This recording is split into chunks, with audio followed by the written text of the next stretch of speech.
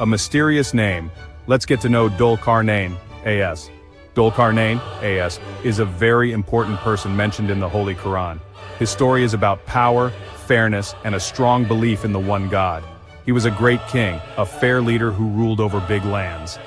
The name Dhul-Qarnayn means he of the two horns, or Lord of the two ages.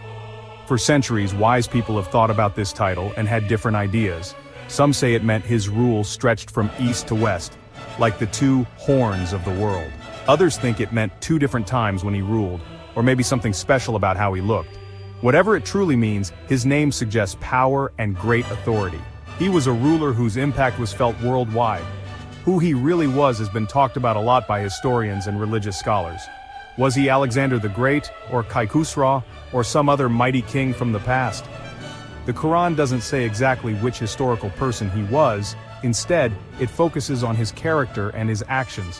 What is clear is that he believed in only one God. He used his great power not for fame or to be cruel, but to establish fairness and goodness. He was God's servant, given wisdom, resources, and power to carry out a divine mission on earth. His life is a great example of a leader guided by faith and dedicated to helping people. The Quran tells key stories from his life about his journeys and the different peoples he met. These stories aren't just history, they're full of lessons about being good and spiritual. Dhul-Qarnayn, A.S., was able to travel to faraway places on earth. He journeyed west to a place where the sun looked like it was setting in a muddy spring.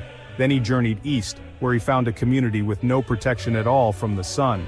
He always acted with justice. He offered people a choice: punishment for evil, or reward for belief and good deeds.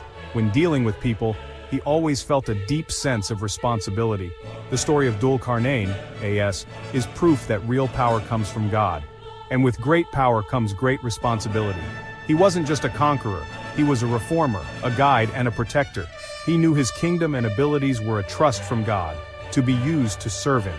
He ruled with wisdom and kindness, always trying to uphold God's laws and spread the message of Tawheed that God is one. His life story is a guiding light for leaders and everyone. It shows how power in this world can be used for great good, to help people and create a fair society. A just ruler, prophet or saint, and his western expedition. What Dhul-Qarnayn's, peace be upon him, spiritual rank was, is a topic of discussion among scholars. Some Islamic scholars see him as a prophet who got messages right from God. They point to how wise he was, how he guided people, and the clear help from God he got for his tasks. The things he did often seemed like they came straight from God, way more than what a normal ruler could do. Others think that even if he wasn't a prophet, he was a very special and wise servant of God, a righteous saint who was given amazing strength and wisdom. In this way of thinking, he was a fair king who God guided and helped as he tried to bring truth and fairness to the lands he ruled. People still talk about this, but it doesn't make him any less important. Whether he was a prophet or a holy king, he was totally committed to following God's commands. He was a man with deep faith and a great respect for God. Everything he did was based on his belief in God in the last day. He knew that power on earth doesn't last forever, so he focused on doing things that would please God. The Quran says that God spoke to him directly or gave him inspiration, which shows he had a special connection with the Creator. This connection was where his strength, wisdom, and his steady way of facing problems came from. His life was like faith in action, a great example for leaders. Like it says in Surah Al-Kahf, chapter of the cave in the Quran, his first big trip was to the west. He traveled until he got to a place where it looked like the sun was setting in a dark, muddy pool of water. There, he met some people. God gave him a choice about them. He could either punish them because they didn't believe, or he could be kind to them. This was a test of how fair and wise he was. Dhul-Qarnayn, peace be upon him, said that he would punish those who did wrong and were mean, but those who believed and did good things would get a good reward and be treated gently. This showed how he ruled: fairness for those who did wrong, and kindness for those who did right and were sorry for their mistakes. This trip to the West wasn't just about seeing new places. It was a job to set up God's way of doing things. He wasn't just trying to get more land or collect treasure. His aim was to invite people to God's way, help them fix their problems, and build a community based on fairness and good behavior. He used the power he was given to tell good from bad, and to set up a system where good things were rewarded and bad things were stopped. The way he did things showed he really understood people and how a fair leader should act. So instead of ruling with fear and force, he brought peace and calm He set an example for all the rulers who came after him. Journeys to the east and the Great Barrier. After his trip to where the sun went down, Dhul-Qarnayn, peace be upon him, set off on another important journey, this time to the east. He traveled until he reached a group of people who lived where the sun came up. The Quran tells us they were a group of people who Allah had not given any shelter from the sun. This might mean they lived a simple life, didn't know how to build fancy buildings, or lived in a place with a different kind of land. When he met them, Dhul-Qarnayn, peace be upon him, again used his ways of being fair and showing them the right path. He treated them based on their situation and what they needed, always with wisdom that came from Allah. His job was always the same, to spread good things and set up Allah's rules. His journeys finally led him to a place between two big mountains. There he found a group of people who could barely understand what he was saying. This showed there was a big difference in their way of life and their language. These people were suffering a lot from attacks by two harmful tribes known as Ya'juj and Ma'juj. They begged Dhul-Qarnayn, peace be upon him, to help them. They offered to pay him if he would build a wall to protect them from these mean attackers. He felt sad for these people who were being treated so badly. He understood their pain and saw the danger from Ya'juj and Ma'juj, who were known for spreading bad things and trouble on the earth. Dhul-Qarnayn, peace be upon him, with his wisdom and trust in Allah, said no to any payment for himself. He said, "What my Lord has given me is better than what you can give me." Instead, he asked them to help him by working and bringing materials. Then he led the building of a great wall. He told them to bring him big pieces of iron. When they had filled the space between the two mountains with iron, he told them to blow on it with bellows until it was red like fire. Then he told them to pour melted copper over it.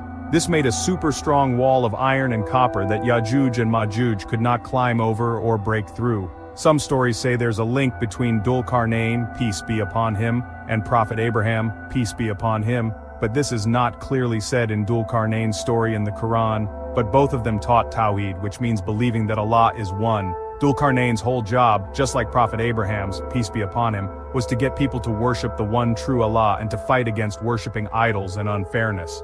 The things he did, like building the wall, were not just great building projects, they also had a special purpose from Allah, to protect good people and stop bad things. He always said his success came from Allah, saying, "This is a kindness from my Lord." He also knew that this wall would not last forever, only until Allah's promise came true.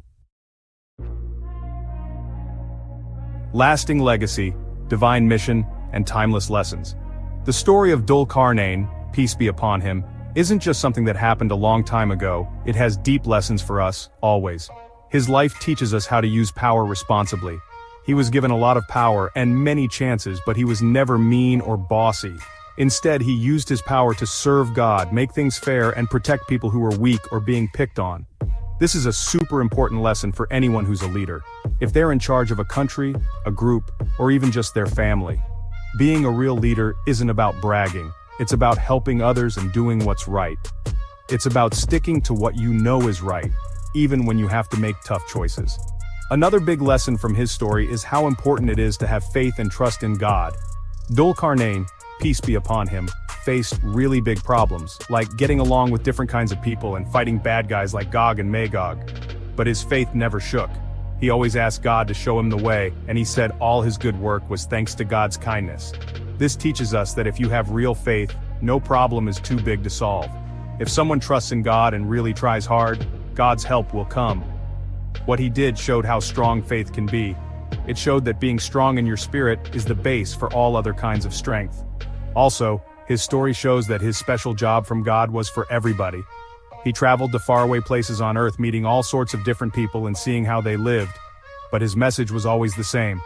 Worship the one God, do good things, and make sure things are fair. This shows that God's good ways are for everyone. Being fair, kind, and having faith are good ideas that work no matter where you live or who you are. Dhul-Qarnayn, peace be upon him, was a leader for the whole world, trying to bring people together to do what's right. He showed that when things are fair, it's good for everyone. He worked hard to make a world where there would be peace and everyone would be safe.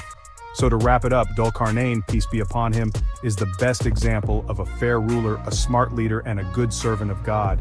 His trips weren't about getting more land, but about fixing problems. The things he built, like that big wall, weren't to show off. They were to keep people safe. His whole life was about a special job from God, to spread the light of believing in one God, and to fight against bad things and darkness. The lessons from his life about being fair, having faith, being responsible, and trying to do good are super important for us today too. What he left behind reminds us that being truly great means helping with something bigger than just yourself, and that the most important thing is to make God happy.